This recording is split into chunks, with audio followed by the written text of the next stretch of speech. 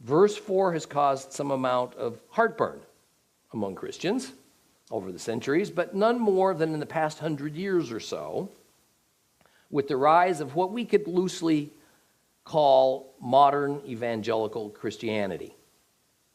Here Paul refers to everything written in the past in the scriptures that was meant to give us here meaning believers, encouragement and patience in hope. See, the heartburn arises in that Paul, of course, only ever quotes the Old Testament.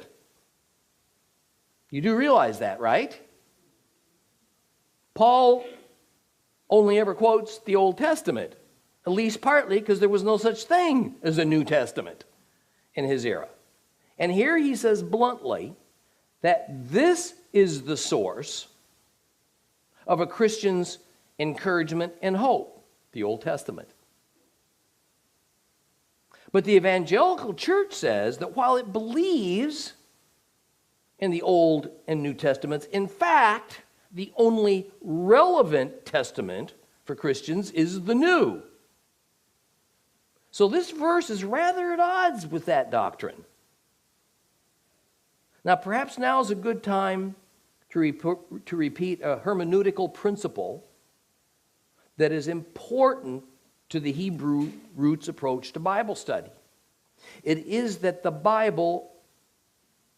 the Bible, Old and New Testaments, the term scriptures only ever refers to the Old Testament. The New Testament does not refer to itself as scripture.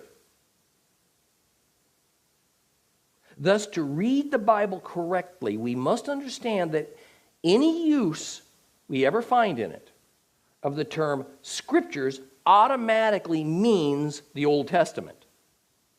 So to properly analyze the Bible, we need to see it as consisting of two pieces, technically speaking, the scriptures and the New Testament.